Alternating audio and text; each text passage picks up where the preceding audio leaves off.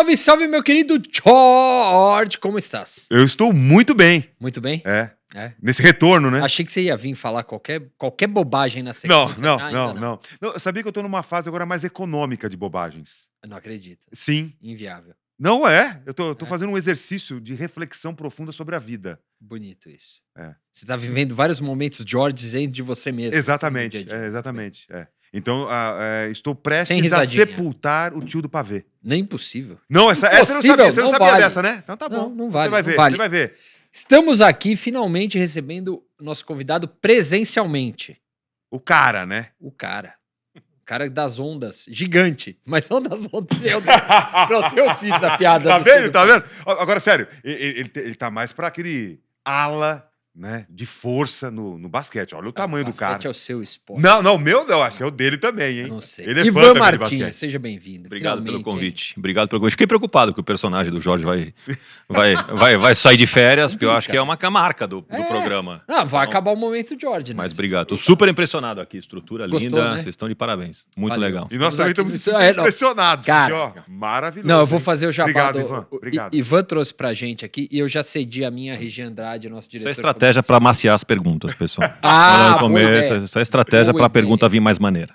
Boa ideia, mas olha, quem não tá vendo aqui no Brasil, né? Não tá, é o nosso patrocinador Yeti, ou Yeti, É. e ajudinha para bater a meta de água por dia, não é? Boa, Tá falando é uma boa. da introspecção, dessa coisa toda que ele tá fazendo. O George deve ter Sim. passado por... Se alguém te deu a dica, deve ter falado da importância de consumir quantidade de água, que Sim, tem a ver com o sim. nosso tamanho. E eu agradeço muito, porque dentro do meu peso, tudo processo mais, reflexivo eu vou usar. Vai, tá isso. vendo? Pode Pode colocar qualquer coisa, na verdade, não é? Quente, É. que é frio, que for chá, qualquer coisa Você que tá você olhando vê. pra ele? Ele não tá Tem gente, acreditando que eu tô nessa tem fase. gente que põe café aí dentro, desse tamanho, pra você ter uma ideia. Mas Eu não tomo é em parcelas não é o isso daí. não é o café por recomendado, dia, mas... tranquilo. Vamos lá. Mas muito obrigado, Vivan. Obrigado mesmo. Maravilhoso. Obrigado a vocês pelo convite. Imagina, Ivan, prazerzaço tê-lo aqui. A gente está encerrando mais uma temporada 2024 do surf. Temos ainda mais um evento em Saquarema, Do Challenger Series. Challenger Series, E Saquarema, mais um em Natal do QS, do Qualifying Series em novembro. em novembro. Acho que são 5 anos já, né? 5 anos, que eu cheguei? Que Sim, você 5 anos chegou que eu cheguei. na World Surf League. A gente conversava até aqui antes, né? De uma transformação, né? A gente já vinha com o começo começo já tinha 5 anos do Medina campeão do mundo, né? Mas vem de uma transformação também do ponto de vista de negócio. Dá para você resumidamente explicar um pouquinho, Ivan, como é que é essa mudança mesmo de percepção do surf, de ser um esporte do surfista para ser um grande esporte global que atrai grandes marcas e tudo mais? Claro, Acho que essa, inclusive, foi a razão da minha contratação, né, e desse desejo de estabelecer uma estrutura aqui na América Latina. Já existia um escritório que cuidava da promoção dos eventos, propriamente dito, e depois essa preocupação, né, e percebeu-se, o Brasil já era tricampeão mundial, né, o Gabriel já tinha ganho em 14 e 18, e o Adriano de Souza em 2015. Então, o Brasil ali em 2019 já era tricampeão mundial, e quando eu cheguei, já dei a sorte de pegar o Ítalo campeão mundial logo no meu primeiro ano de WSL. Qual que era a ideia? A ideia é de que, assim, rápido histórico, esse esporte, ele, desde 76, era controlado por uma associação de surfistas, a IPS, que virou a ASP, que é a Associação de Surfistas Profissionais, que competia em eventos proprietários das marcas endêmicas de surf. Então, a Billabong, a Rip Curl, Quicksilver faziam eventos para promover os produtos deles, boneca, camiseta, roupa de borracha, bermuda e o que for, vendendo para surfistas e não surfistas. O surf sempre teve esse aspecto aspiracional, né? E os eventos de surf eram grandes ferramentas de promoção desse esporte. Quem organizava a participação dos atletas? Uma associação. Isso foi assim até 2014, quando houve uma mudança no modelo de negócio, entrou um investidor e transformou, comprou basicamente das marcas endêmicas dessas marcas os eventos, transformou as marcas agora não mais em donas dos eventos, mas em patrocinadoras, e fez, então, uma exclusividade de competição dos atletas. Bastante parecido com o UFC, do ponto de vista do modelo de negócio, e do ponto de vista do esporte, mais parecido com a ATP do tênis.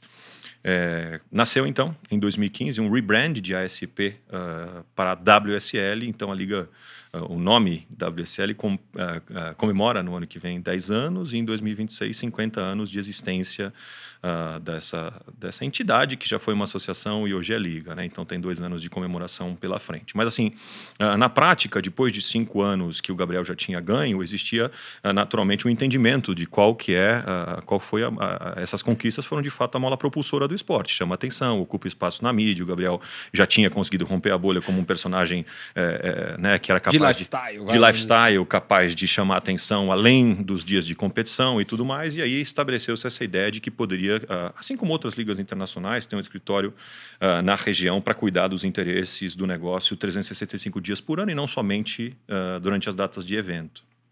E foi aí que eu vim fazer parte, me somei ao time que já existia de eventos, o escritório inclusive ficava em Florianópolis, e a gente trouxe outras pessoas para o time. Desde então, o que a gente vem fazendo é olhar o surf, né, como olhar, obviamente, de novo, essa oportunidade do que ficou conhecida como a geração Brazilian Storm, que é algo formidável e sem comparação em nenhum outro esporte brasileiro, coincidindo com o fato do maior esporte do Brasil, o futebol não está, pelo menos o futebol de seleções, não está conseguindo né, conquistar, não está conseguindo performar do jeito que a gente sempre se espera e do jeito que já performou o Brasil, né, pentacampeão mundial de futebol, esse espaço dos ídolos sendo ocupados por surfistas, tanto do masculino e também do feminino, numa crescente, e ajudou muito para que a gente pudesse abrir esse espaço. Uma vez que a gente foi entender com mais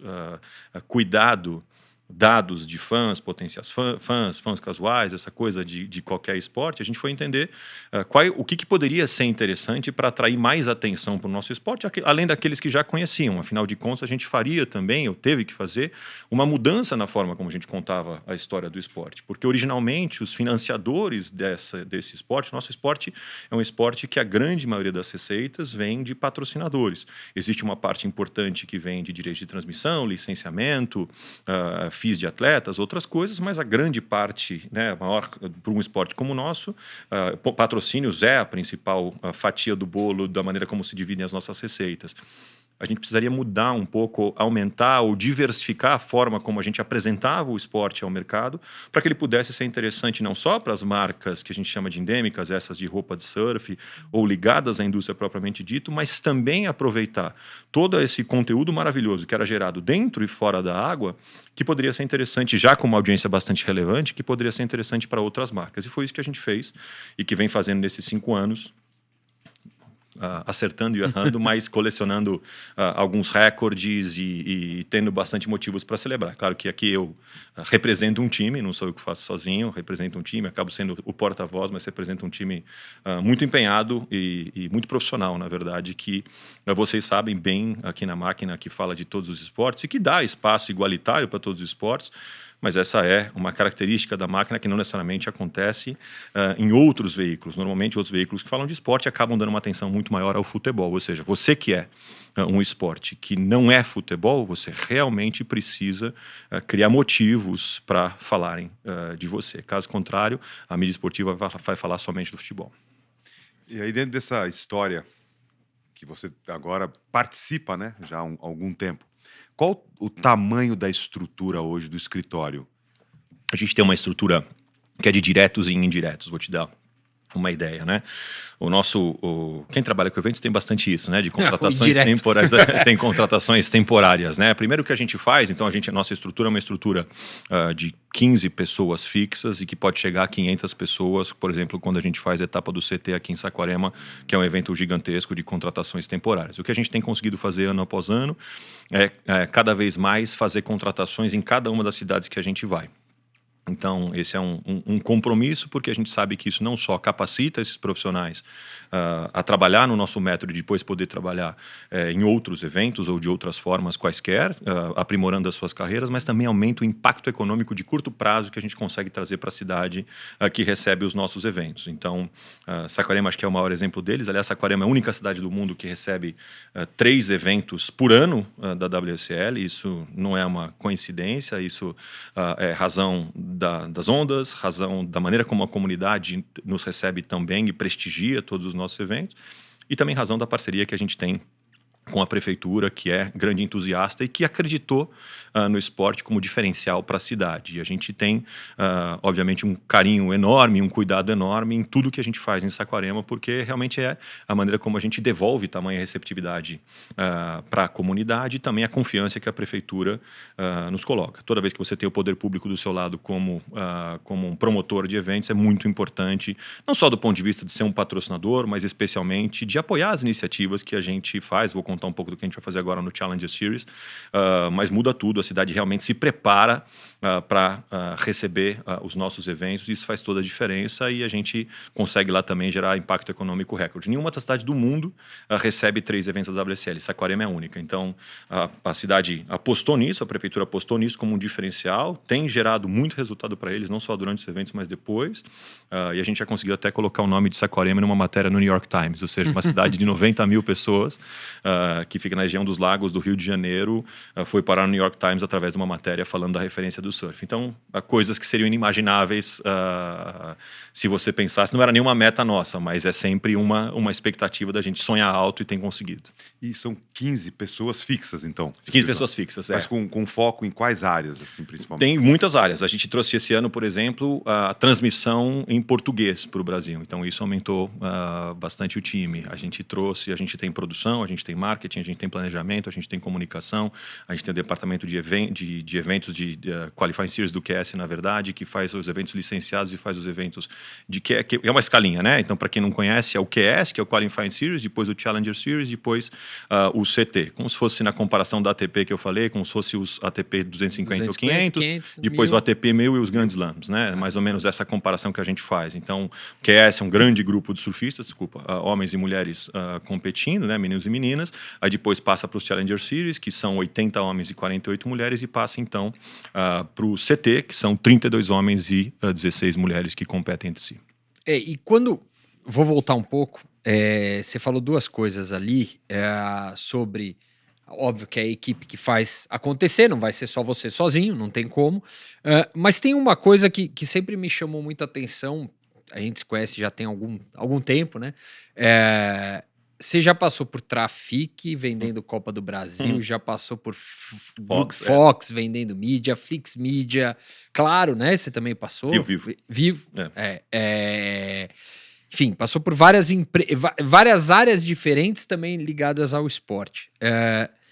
O quanto disso você levou para implementar, por exemplo, né? E até para entender essa estratégia de construção, de marca, de venda, do próprio surf.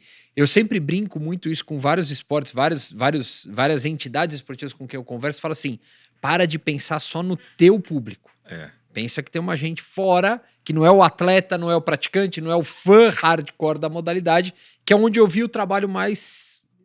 acho que o maior diferencial hoje que tem no surf é esse, é entender que, legal, você tem o surfista e tem o fã do surf, só que se eu ficar só dependente desse público, ele vai ter um tamanho.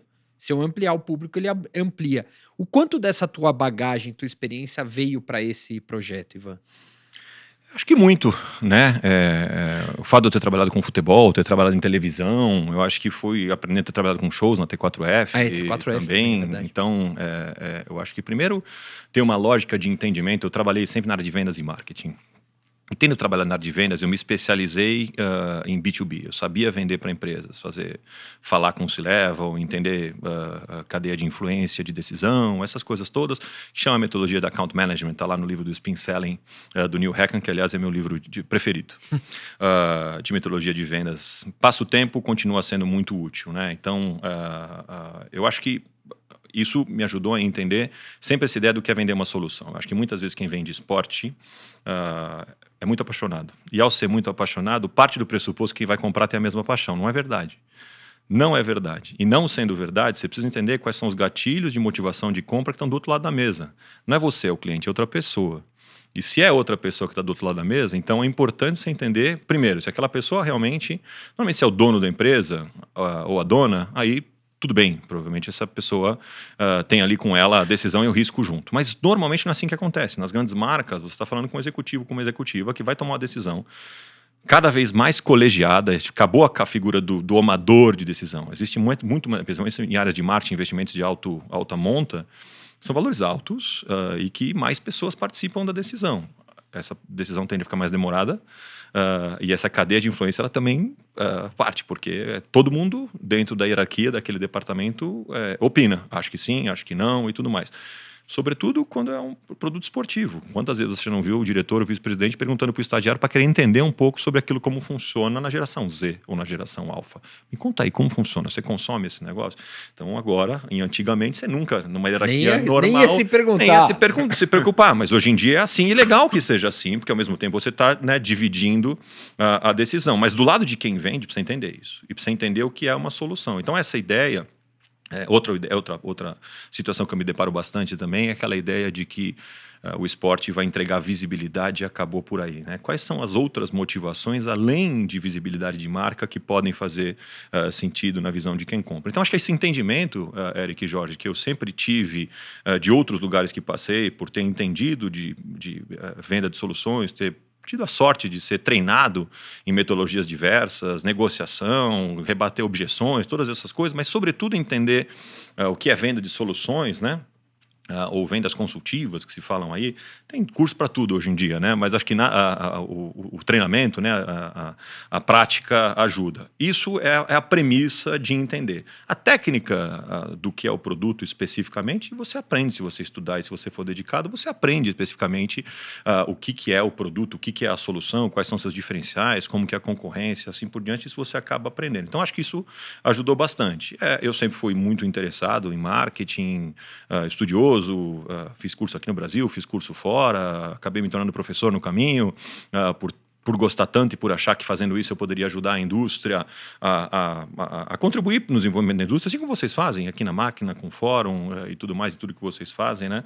Então, eu acho que tudo isso somou para conseguir, obviamente, às vezes a gente não sabe de onde vêm as nossas razões das nossas decisões ou inspirações, mas a verdade é que todos os nossos momentos da vida são inspirações e são aprendizados, que se você tiver essa perspicácia de entender que mesmo nos erros, né, mesmo quando dá errado alguma coisa, você tem algo a aprender e guarda e raciocina aquilo para que na próxima vez, às vezes não é nem intencional, mas você faz de uma forma diferente por ter aprendido lá que, né, você já se ferrou uma vez. Então acho que essa é a ideia. Com toda essa sua experiência, na prática, quais os principais atributos de um vendedor? A disciplina, primeira de tudo. Eu acho que a questão da resiliência, no sentido de que o trabalho de vendas é sobre ouvir não é sobre ouvir sims, né? Então, é um desafio grande, sobretudo para as novas gerações. Então, eu acho que é um desafio grande. Disciplina, porque é um trabalho que se você... A moeda do vendedor é o tempo. Então, se ele não souber gerir bem o tempo dele, ele simplesmente, inclusive, escolher qual cliente ele vai visitar. Ou quanto tempo ele vai dedicar para conseguir reunião com o cliente X ou Y. Então é o tempo a moeda do vendedor. Aliás, o tempo é igual para todos, é a maneira como você usa ele que faz a diferença, né? Eu acho que a disposição de falar e gostar de pessoas, se você trabalhar na área comercial e você gostar de pessoas, você já está na frente. Né? Se você já parte na frente. Se você não gostar de pessoas, vai ser mais difícil, porque você vai sempre negociar com pessoas, sobretudo no mundo B2B, empresas para empresas. Se você for B2C, tudo bem, você vende lá o seu site e tal. Ainda assim, você tem atendimento, mas se você é B2B, é importante você gostar de pessoas, gostar de gente, isso te facilita muito. Eu sou um bom ator, não gosto de gente, mas sei parecer que eu gosto. Tudo bem também. Mas não vai ser natural para você, provavelmente você vai ficar mais cansado ou cansada fazendo esse trabalho. E eu acho que... O que mais é importante para um vendedor? Essa capacidade de servir, essa capacidade de entender as motivações do outro lado da mesa. A maioria dos vendedores vai para uma reunião pensando em resolver o problema, bater a sua meta. Eu tô aqui nessa reunião para bater a minha meta. Isso muitas vezes coloca o carro na frente dos bois, faz com que você se atropele, cria uma ansiedade desnecessária. Se você for com essa cabeça de entender que, é claro, você tem uma meta contando e um mês para fechar, mas que você está ali para resolver um problema, sobretudo no mundo de serviços, né? Eu acho que faz toda a diferença. E claro, detalhes como apresentação pessoal, não errar concordância no e-mail, essas coisas todas também ajudam, mas isso é o básico. Não, porque o Herbeto, ele comentou aqui, né? Quando ele entrou no COB, tinha visitou mais de não sei quantas empresas e a conversão, você até deu uma porcentagem, a conversão era baixa, né? Era baixa. Então, por isso que eu estou te perguntando, porque tem um desafio que nem sempre ele é percebido, né? Esse negócio da conversão, falam de funil de vendas, né? O problema do vendedor experiente, normalmente, é que o funil de vendas, normalmente, é que você visita, né? Quantas reuniões você tem que fazer para se transformar em propostas, para depois se transformar em resultado ou vendas propriamente dito. A gente chama isso de conceito de funil de vendas ou sales funnel. O vendedor experiente, ele começa a perceber um pouco quem é, ele começa por impressão ou por intuição, começar a tentar achar, por histórico de tantas vezes que ele fez, pô, isso aqui quando começa assim é porque vai dar em venda, e quando começa assim não vai dar em venda.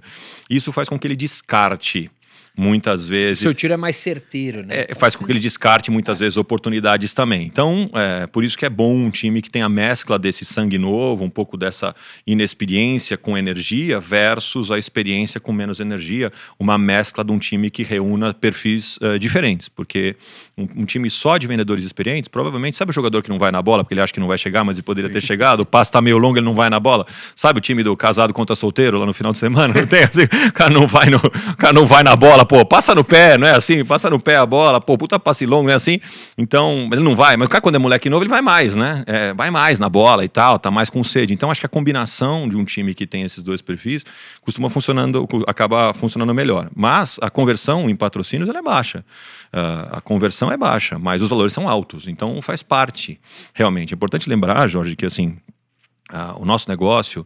Publicidade, a maioria das pessoas está treinada para comprar no Brasil publicidade, propaganda, mídia convencional, né? Mídia convencional. E existem inúmeros cursos de mídia por aí, mídia digital, existe uma centena de cursos. Eu dou aula em instituições, inclusive, que não tem a cadeira de patrocínios na graduação. No Brasil, a maioria, para não falar todas as faculdades de publicidade, propaganda, de marketing, sei lá do que... É voltado para mídia, né? Mídia, não tem patrocínios como cadeira obrigatória da formação, talvez tenha uma cadeira eletiva ou na pós-graduação, o que quer dizer que a maioria das pessoas que conhecem de patrocínio no nosso mercado é porque trabalharam com isso, não é porque aprenderam, não é porque necessariamente aprenderam, ou porque aprenderam na academia, né, estudando, ou porque leram, e tal. Até a própria oferta de livros no Brasil, ela não é muito ampla, quando você vem para a temática de patrocínio. Tem lá marketing esportivo, uma coisa ou outra, mas a maioria, quando fala de patrocínio especificamente, não tem uma oferta ampla. Nos Estados Unidos tem um monte. Claro, a dinâmica é um pouco diferente da indústria lá também, na Europa também é um pouco diferente, né, uma dinâmica muito mais madura. Então, patrocínios, quem acaba conhecendo, normalmente é quem já trabalhou com patrocínios. Tanto que quando você vê pessoas trabalhando com patrocínios, a maioria, reparou que as pessoas ficam mudando de lugar, mas são as mesmas pessoas no mercado? Porque as pessoas buscam experiência, né?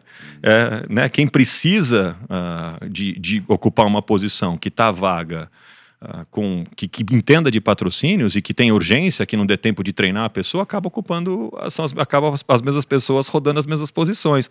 Mas essa indústria é fechada, eu ouço muito nos meus cursos, a indústria é fechada, é menos que a indústria é fechada, é porque tem poucos profissionais, a urgência é maior do que a indústria ser fechada. Então é claro que se você entende algo da indústria, se você está perto e tudo mais, fica mais fácil de alguém te dar a primeira chance. E se você entende minimamente, eu tenho um letramento mínimo do que é requerido para trabalhar na indústria. Então tem uma janela de oportunidade.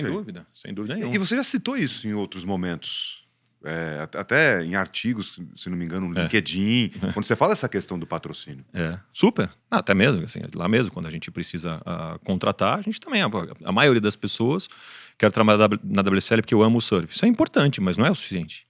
Né? Amar surf é super importante, super legal se você ama o surf, porque provavelmente você entende, você vai trazer opiniões e tudo mais e tal, mas que mais? O que além disso? Ou quer trabalhar na NBA, eu amo o basquete. Ou quer trabalhar no futebol, porque eu amo o futebol. Isso é uma parte legal que você ama, ótimo, nada melhor do que você amar o seu trabalho, não é assim? Mas, quando você trabalhar, não necessariamente tudo é glamour, né? Tem uma parte difícil e tem a parte de convencer outras pessoas, entender que nem todo mundo ama ainda como você ama. Então, o seu papel é fazer com que outros amem. E você escreveu uma coluna na Máquina sobre esse tema, que é muito bacana também, muito legal. Nesse cenário, como você enxerga a indústria do esporte no Brasil? Em desenvolvimento e em transformação, eu acho. O futebol é sempre essa força motriz, né, do ponto de vista do tamanho do dinheiro, da atenção que atrai, né? Obviamente, os maiores pacotes publicitários são do futebol, o maior número de horas transmitidas são do futebol. Qualquer jogador que você nunca ouviu falar o nome, mas que se vestia a camisa 10 do Corinthians fica famoso no dia seguinte. É assim, essa é a força do futebol. Nos outros esportes não é assim. Nos outros esportes você precisa construir isso, né? Sobretudo no Brasil. Então, eu acho que a indústria está em transformação, eu acho que, às vezes, já vem essa transformação. Na verdade, desde 2007, quando o Brasil recebeu os Jogos Pan-Americanos aqui. Se você comparar com o que era antes e o que se tornou depois, já é melhor. É claro que sempre, no mundo globalizado, a gente sempre compara com as ligas internacionais, a gente sempre compara, tem muito acesso a isso, né? Tem brasileiros trabalhando nessas ligas, a gente compara com a Europa, compara com os Estados Unidos e dá uma sensação de que o Brasil talvez não aproveite todas as oportunidades como poderia ter aproveitado. A própria questão da liga, do vai não vai da liga, mas parecia que agora ia e agora não vai mais, e separou, e tem os interesses cruzados, esses caras não conseguem se entender, não conseguem entender que adversário é só dentro do campo, que fora do campo todo mundo tem que jogar sozinho, essa mentalidade que já é um pouco mais amadurecida, né, em outros mercados. Mas eu acho que o mercado brasileiro, primeiro ele movimenta mais dinheiro, e se movimenta mais dinheiro normalmente de grupos internacionais ou de próprios grupos brasileiros, aumenta o nível de exigência de profissionalismo. Se você aumenta o nível de exigência de profissionalismo, você diminui a chance de indicações do amigo, do vizinho, do meu cunhado. Que antigamente existia bastante, sobretudo em clubes, ou em associações, ou em confederações, existia bastante isso, que não era competência, mas era o conhecimento que mandava na contratação, né? Existe hoje também as marcas têm uma mentalidade maior de necessidade de transparência. Então ninguém vai patrocinar e colocar dinheiro se você não tiver governança, se você não tiver compromissos ESG, vamos dizer assim, né, de maneira geral. Uns mais, outros menos, mas nesse caminho, eu vejo esse caminho andando nessa direção. E acho que nessa indústria com transformação tem oportunidade, de novo vejo com oportunidade. Se fosse um mercado incrivelmente maduro, com tudo pronto, o que seria de nós profissionais da indústria que tem capacidade de mudar, de transformar? Uma das coisas que mais me chamou a atenção e que me fizeram aceitar o convite de ir para a WSL 5 anos atrás é porque eu via uma audiência, uma geração incrível de vencedores, um produto, né, maravilhoso sem uma embalagem ainda, ou sem um go-to-market, que a gente chama, sem estar disponível no mercado. Existia uma grande história, uma audiência importante, embaixadores, o Brasil ganhando num momento que ninguém mais em outros esportes ganhava, mas sem esse produto estar disponível, tudo, né? Sem esse produto não estar na prateleira, não estar na vitrine. Sem amarrar tudo e contar uma história organizada para que marcas que não fossem do segmento original, quando eu cheguei lá atrás em 2019, a gente tinha basicamente a Oi como patrocinadora não endêmica do surf, né? Então, e esse esporte, óbvio, já teve outras gerações de vencedores, teve o Super Surf, que foi uma plataforma super interessante da época da editora Abril, que também construiu, quem não lembra da revista Fluir, o surf já teve várias ondas no Brasil, nada se compara com o que acontece hoje, do ponto de vista de tamanho, de projeção, de clipping, a gente vê lá, né, assim, do espaço de fato que a gente ocupa, nada se compara, mas já teve outras ondas, não? O esporte começou em 2014, já existia, o que começou em 2014 foram as conquistas, em 2019, através do trabalho da WSL que eu lidero, mas também de vários outros, dos agentes dos atletas, dos próprios atletas, essa profissionalização da indústria como um todo, essa transformação que a gente vem conseguindo fazer. E por falar em indústria, você esteve lá no Orlando Magic. Sim. Você foi lá no famoso Sport Business na veia. Eu fui. Uma maravilha, convidado do Alvarito, que já esteve aqui. Abraço para o Alvarito Cota, Álvaro Cota, da NBB, um craque. E o Sérgio também. O que mais te chamou a atenção quando você olha, que todo mundo mira, né? As ligas americanas, o Sports Business americano. O que mais te chamou a atenção que você fala assim, meu, isso é espetacular.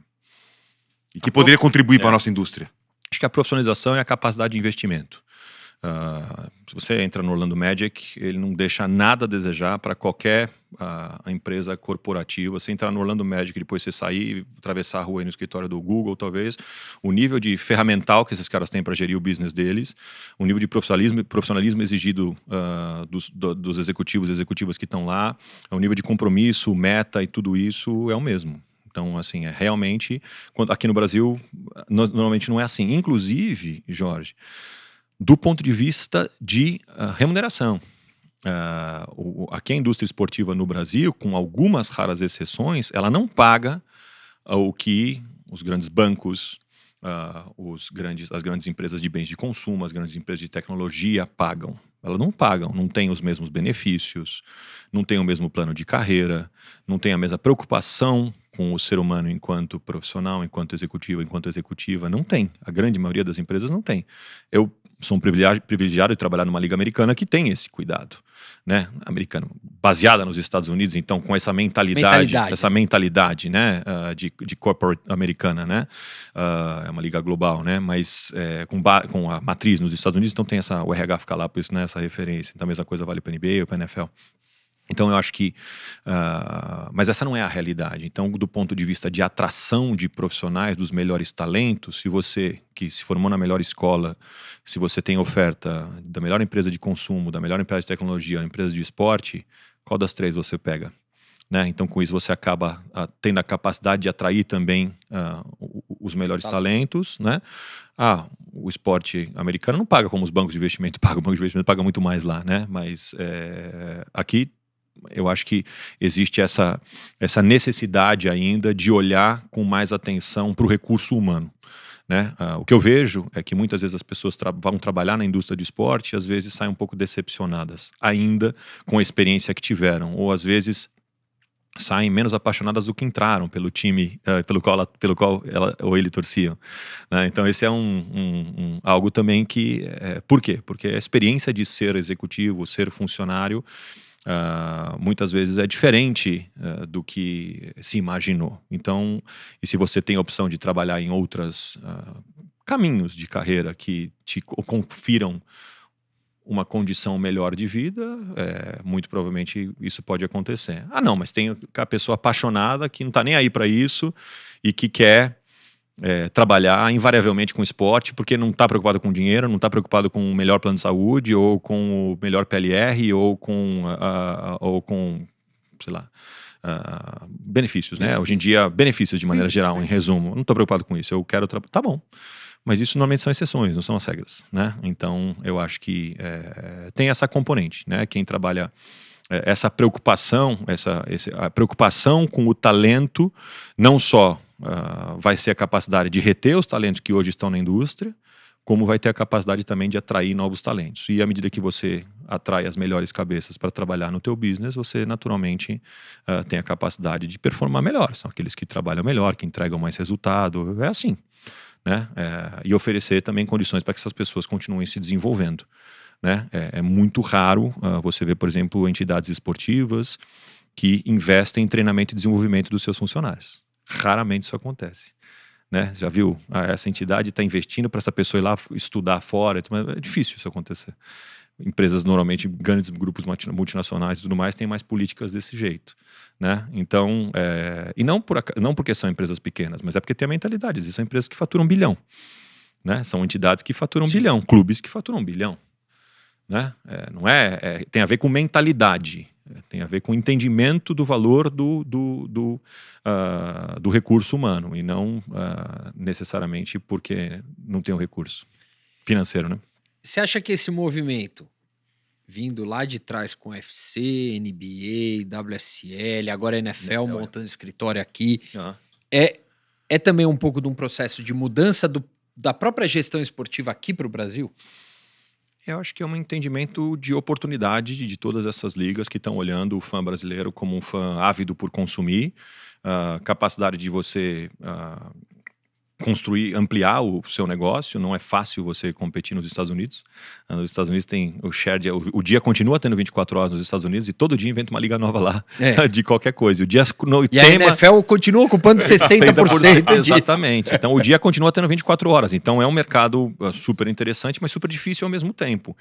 Então, à medida que você consegue ampliar, né, e esses movimentos vêm acontecendo, assim, para o direito, a NFL, né, que você comentou que está chegando agora, né, tinha feito deal de direitos de transmissão bilionário, depois a NBA fez a mesma coisa e tal. Então, essa coisa de expansão internacional é uma estratégia clara, né, não só das ligas domésticas que querem expandir seu produto, como das ligas internacionais, que são, de fato, o nosso caso aqui, de expandir e de criar negócios. No nosso caso, eu acho que tem uma motivação diferente da NBA e da NFL pela força que o Brasil tem de atletas brasileiros competindo. Então, na NBA e na NFL, não é essa a história. Não é isso. Você não vai assistir na NBA e na NFL porque você está torcendo para um brasileiro. Na WSL, sim. Você está torcendo para um brasileiro. Aqui tem eventos, o calendário de fato passa por aqui. A NFL trouxe um evento agora aqui pela primeira vez, depois de tanto tempo, depois que o mercado já tinha feito vários movimentos antes de trazer o jogo, né? Já tinha feito as redes sociais em português, já tinha feito o NFL em Brasa, já tinha ido para TV aberta com a Rede TV. Ela tinha molhado bem o pé na água. Já tinha molhado bem o pé na água, dá para mergulhar, então isso foi isso que eles fizeram. Aqui não, aqui na WSL é diferente, a gente tem a experiência completa, tem a produção dos eventos mesmo. E, por acaso, no Brasil a gente faz o maior evento de surf do mundo, então acabou se tornando, inclusive, uma referência trocada, né? A gente no Brasil tem conseguido fazer coisas que nenhum outro lugar do mundo se faz ainda no surf, o que também não acontece na NBA e na NFL. O modelo da NBA e da NFL é um modelo mais exportado e adaptado ao Brasil. Aqui a gente tem um jeito de fazer. Primeiro, a nossa torcida é uma torcida muito mais apaixonada. Eu ia perguntar, por que é tão diferente? É diferente, primeiro, porque a gente conta com um tipo de fã diferente, um tipo de patrocinador diferente e um tipo de mentalidade de quem está liderando o business também é diferente da origem, né? Então, o que a gente fez, voltando lá ao meu ponto desde 2019, foi mudar a forma como a gente contava a história desse esporte, posicionando ele não só em performance, mas também em sustentabilidade, também em igualdade, porque a gente paga a premiação igual para homens e mulheres, também em lifestyle. E dentro de lifestyle tem uma série de assuntos que tem a ver com exploração, com viagem, com alimentação, com música, um monte de coisa, com entretenimento, com diversão, com uma série de coisas que conversem de fato, de maneira legítima com o surf. É sempre bastante cuidadoso a gente tentar entender a elasticidade da nossa marca, até onde a gente pode ir, sem ferir o nosso fã original, que é o nosso core fã, né? Nós somos a Liga Mundial de Surf, eu nunca posso esquecer disso. E sendo a Liga Mundial de Surf, a casa dos melhores atletas e das melhores ondas do mundo, a gente tem limites onde a gente pode ir sem perder a essência. Afinal, é isso que nos diferencia, né? Então, mas dentro desse aspecto, a gente vai aprendendo, faz pesquisa, faz um monte de coisa. Por que o Rio Pro se transformou no melhor evento maior, né? Melhor é a minha opinião, mas o maior evento do mundo, sem dúvida nenhuma, do ponto de vista de vários números e métricas, porque aqui a gente concebeu um evento baseado nessas ideias que eu acabei de trazer para vocês e aprendendo o nosso público. Então, todo ano a gente traz novidade na praia. Uma das coisas que a gente aprendeu no surf, que é bastante curioso para você que está nos assistindo e ainda não assistiu a WSL, nossos eventos, eles têm uma dificuldade de programação, eles acontecem em janelas, né? Então, o jogo da NFL, todo mundo sabia que ia ser lá sexta-feira, 9h15 da noite, aconteceu, de fato foi lindo. O NBA House lá, do Arnon, mesma coisa, né? Aqui no nosso negócio, a gente marca os nossos eventos em janelas, no CT pelo menos, que é a nossa divisão principal, de 9 dias, e o evento propriamente acontece em 3 dias. Quais 3 dias? Aqueles que tiver melhor condição de ondas. Mas quais são esses que têm os dias que têm melhor condição de ondas? Não sei. É muito curioso, Jorge, que a gente faz os convites para as pessoas, convida, né, as pessoas da indústria, convida os nossos patrocinadores, convida prospects, convida um monte de gente. E as pessoas falam, mas qual o melhor dia para ir? Elas já sabem que eu sou o Netuno, tem um canal, um hotline aqui com o Netuno para saber, também para saber exatamente quando que as ondas vão acontecer. E aí o que a gente aprendeu é que, não sabendo quando as ondas estariam, a gente existia lá o tal do day off e o day on. No day off, day on é o dia de competição normal, e no day off era um dia chato. Era um dia decepcionante para todo mundo, decepcionante para os surfistas, porque não tinha onda, decepcionante para as pessoas que foram ao evento, que não tinham o que fazer, porque tinham que ficar esperando e estavam até lá, né? Decepcionante para a transmissão, porque muitas vezes a pessoa já estava no estúdio, maquiado, prontinho para entrar, a equipe inteira, não vai ter hoje porque as ondas não apareceram. Ou seja, o que a gente fez foi mudar esse conceito e transformar o day off, que a gente chama, em day in, que é uma brincadeira de entretenimento. E a gente criou essa lógica de oferecer entretenimento na praia, que tem música, ativação das marcas, uma ideia bem de festivalização, né? Show da Esquadrilha da Fumaça, que a gente já fez pelo 2º ano consecutivo, ativações na praia no estilo NBA, câmera do beijo no telão, ativações diversas, prêmios, brindes, uma série de coisas para todas as idades, capaz de fazer esse evento funcionar todos esses dias, e a gente não tem mais day off.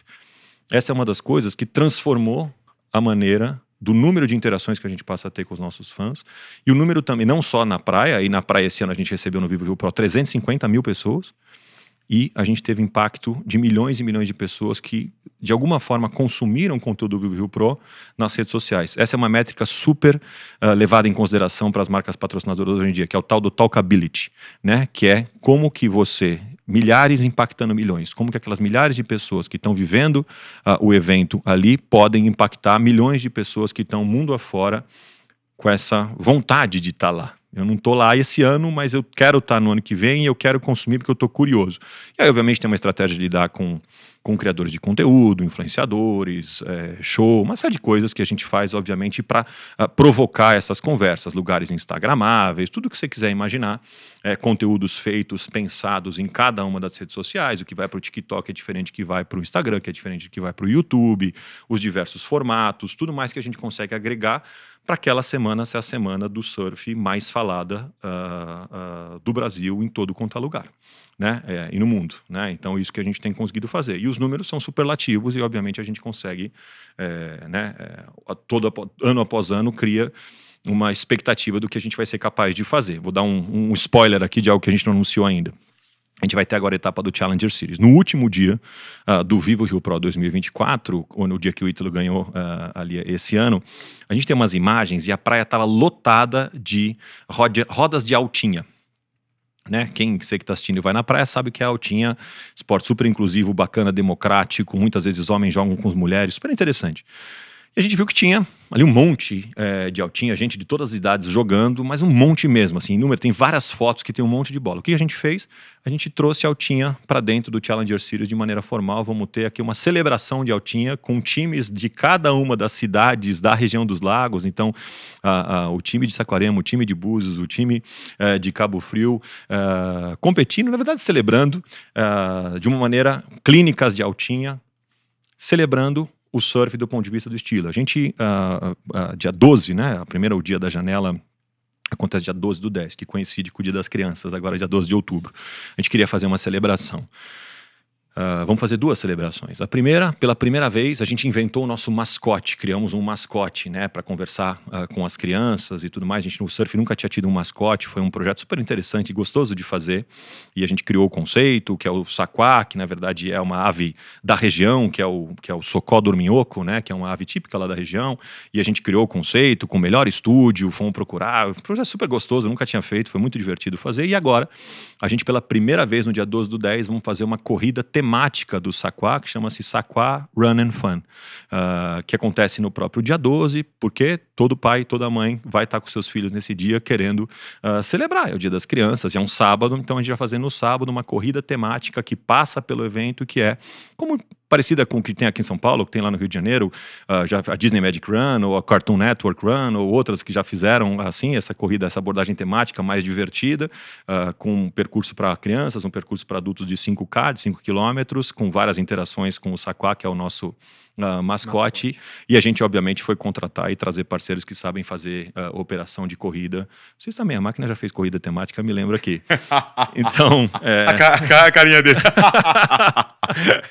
Mas eu me lembro, a corrida dos times, hein? Tá aqui, ó.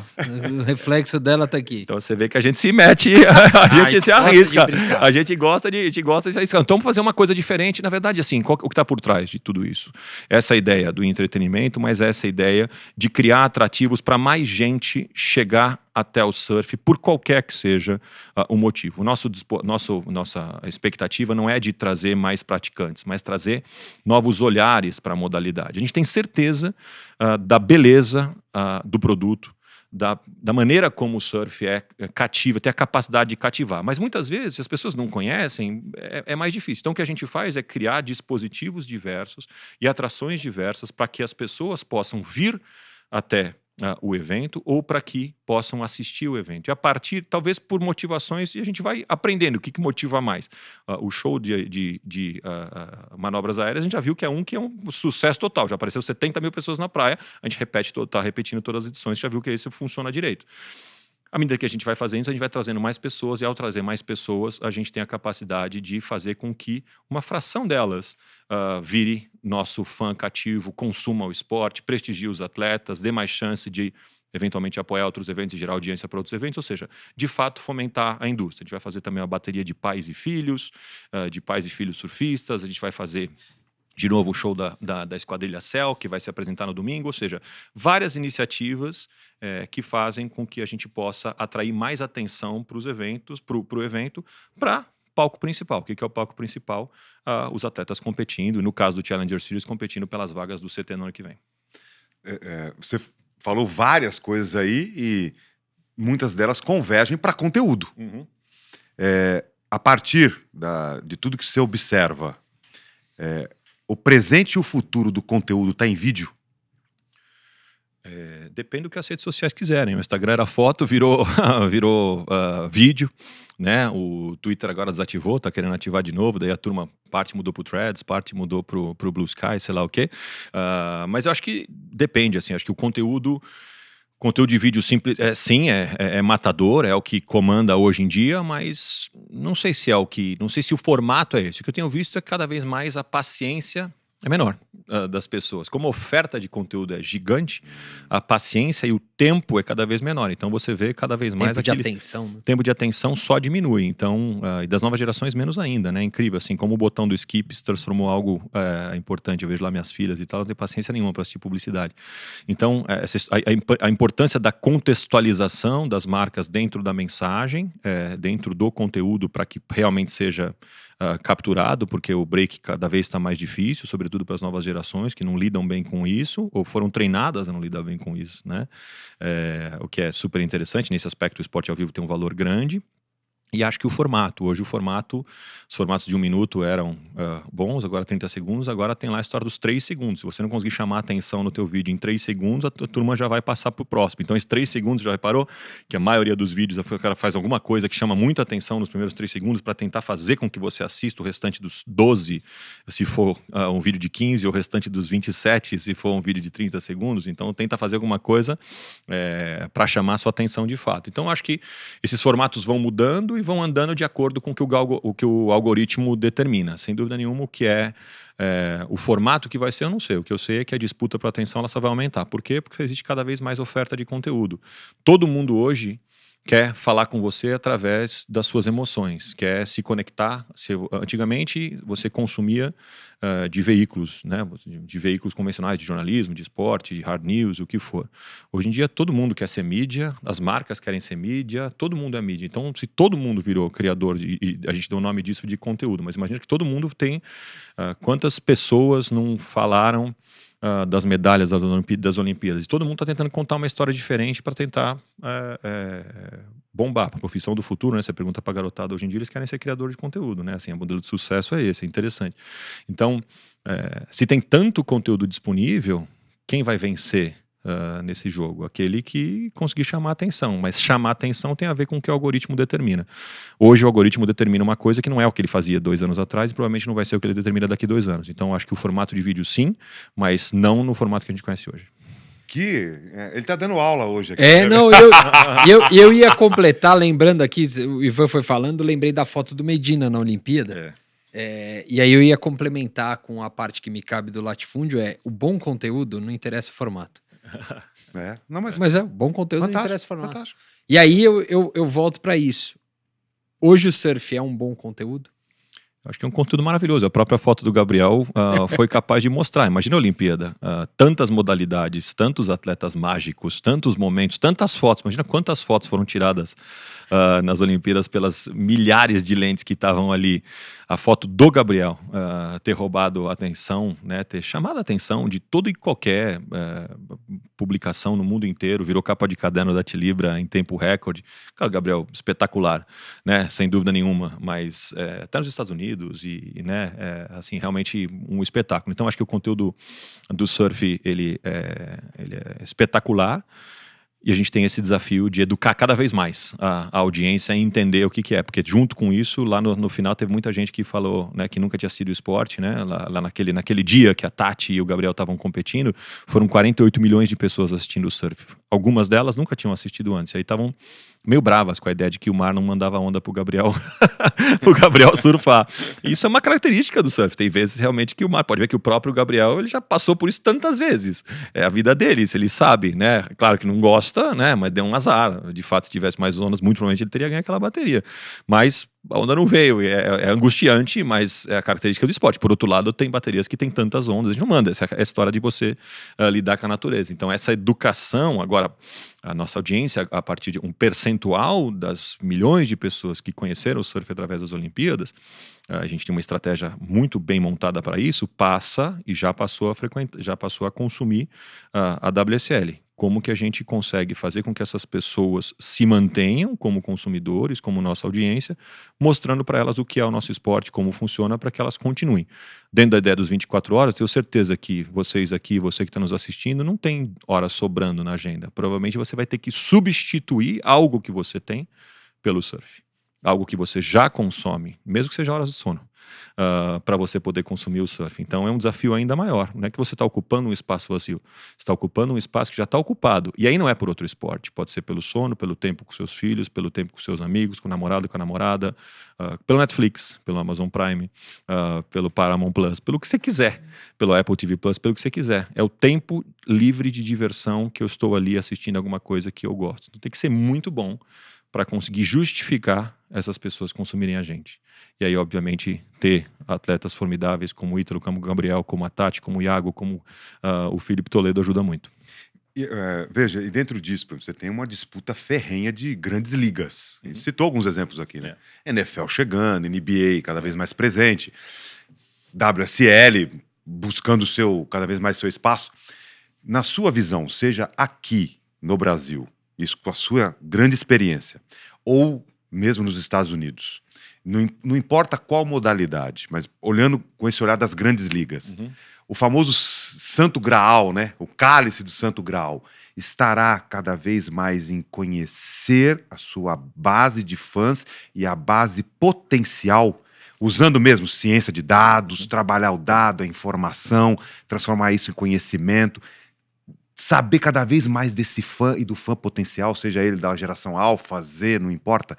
Esse é o santo grau das grandes ligas, olhando para elas inicialmente. Acho que as duas coisas, né? Sem dúvida nenhuma, conhecer o seu fã e entender também que o seu fã envelhece. Então você tem que ter capacidade de atrair novos fãs, né? O seu fã envelhece, às vezes muda de ideia, ou às vezes se decepciona, ou às vezes muda de momento da vida. Às vezes pode ser qualquer coisa. Então, né, quantos torcedores corintianos que tem um momento da vida que ele vai todo jogo, depois acontece alguma coisa na vida dele, ele não vai tanto mais no jogo, mas ele continua sendo corintiano, aí depois ele tem outros interesses, ele nem assiste o jogo, mas ele vê o resultado, ele deixou de ser corintiano? Não. Talvez existisse um produto para essa pessoa, se eu soubesse qual é o momento de vida que ela está passando e pudesse oferecer algo para essa pessoa. Mas daqui a pouco, se ele está consumindo pouco aqui, eu tenho que repor essa base aqui de algum jeito, porque meu estádio não pode ficar vazio, porque minhas camisas precisam continuar sendo vendidas. Como que eu crio essa capacidade de criar, à medida que eu conheço, que é o que você falou, através de dados, criar oportunidades e produtos e monetização para essa pessoa durante a vida dela toda, na maior parte do tempo possível. Aí time de futebol é uma maravilha, que a maioria das pessoas não mudam de time, nasce com o time e morre com o time, então dá para vender desde berço até caixão, em tese, né? Então a jornada inteira, contanto que você saiba qual que é o momento que a pessoa está fazendo, né? Que ela está vivendo na vida dela, e acompanha essa base de dados efetivamente, mas ter essa capacidade de renovar a base de fãs, porque se não tem renovação, esse produto ele começa a ter um problema e começa a ter data de validade. Então essa renovação ela é tão desafiadora quanto. Nesse aspecto, qualquer marca, você vê que ele sempre quer falar com os clientes jovens, a história sempre do 18 a 49, né? É sempre isso, né? Essa ideia de qual é a oportunidade de qualquer marca que quer. Por isso que é tão importante esportes que falam com marcas com público jovem. Por que esse é o nosso caso, o skate é um caso. Por que alguns dos nossos patrocinadores têm esse interesse? Querem se associar porque a WSL fala bastante com o público jovem, porque é uma forma de buscar rejuvenescimento de marca. Então, isso também vale para as marcas esportivas, sem dúvida nenhuma. Óbvio, quanto mais você conhecer do seu fã, mais você vai ter a condição de oferecer para ele o que ele quer consumir. Muitas das entidades esportivas não fazem esse exercício, né? Se você for em qualquer farmácia, vocês devem saber aqui, ou quem está nos assistindo, devem pedir teu CPF. Aí eles, inclusive, aparecem com um desconto lá, que às vezes é um desconto meio esquisito. Eu falo, nem pedi desconto, que já está me oferecendo, né? Já assim, existe. Já existe desconto, mas está te pedindo teu CPF, quer saber o que você está consumindo, né? E se você estiver consumindo, você vai na farmácia para comprar preservativo, George, que seja. está indo na farmácia, você está lá comprando preservativo, costumeiramente você compra um comprador de preservativo. Em determinado momento, se a farmácia perceber que você deixou de comprar preservativo e está comprando fralda, alguma coisa aconteceu. Provavelmente alguma coisa aconteceu na sua vida. E se eu percebo que se você agora está comprando fralda, provavelmente isso me dá uma condição de oferecer quais outros tipos de produto. Eu nem sei qual que é o seu nome, mas eu sei que quem compra fralda também compra pomada e também compra leite em pó e quem compra isso e aquilo. Então, que tal eu te oferecer um descontinho, um incentivo para você comprar essas outras coisas aqui comigo que você compra no supermercado?